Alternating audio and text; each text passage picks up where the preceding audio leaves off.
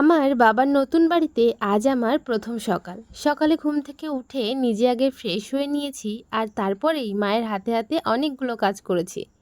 এখন মা আর আমি চলে এসেছি ভাইয়ের এতদিনের ইউজ করা জিনিসপত্রগুলো কেচে দেবো তাই। দেখো কত কত জিনিস, এই জিনিসপত্র সব আমি আর মা হাতে হাতে কেচে নিয়ে আমি চলে এসেছি রান্নার দিকে। আর ইনি হচ্ছেন আমার দিদিমা। দিদিমা আগেই রান্নাটা বসিয়ে দিয়েছিল, কারণ অনেকটা বেলা হয়ে গেলে না ছাদে খুব রোদ আসে।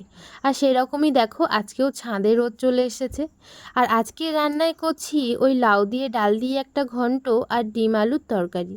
জানো তো আমরা মামার বাড়ির পাশেই থাকি, বলতে গেলে মামার বাড়ির পরের জমিটাই আমাদের। তাই জন্য মামার বাড়ি থেকেই এখন রান্না বান্না করে নিয়ে আমরা যাব, কারণ এখন না গ্যাসের ভীষণই সংকট। গ্যাস বললেই আর গ্যাস পাওয়া যাচ্ছে না, তাই জন্য সকালের দিকে মামার বাড়ি থেকেই রান্না করে নিয়ে আমরা খাচ্ছি। আর মাম্মাম তো দিদিমার ঘরেতেই বসেছিলাম, পরে দেখি মামা এসে ঠাকুরের পুজো দিয়ে গেল। তারপরে বাড়িতে এসে খাওয়া দাওয়া করে আমরা একটু রেস্ট নিয়েছি। আচ্ছা, ভিডিও ভালো লাগলে একটা লাইক করে চ্যানেলটিকে সাবস্ক্রাইব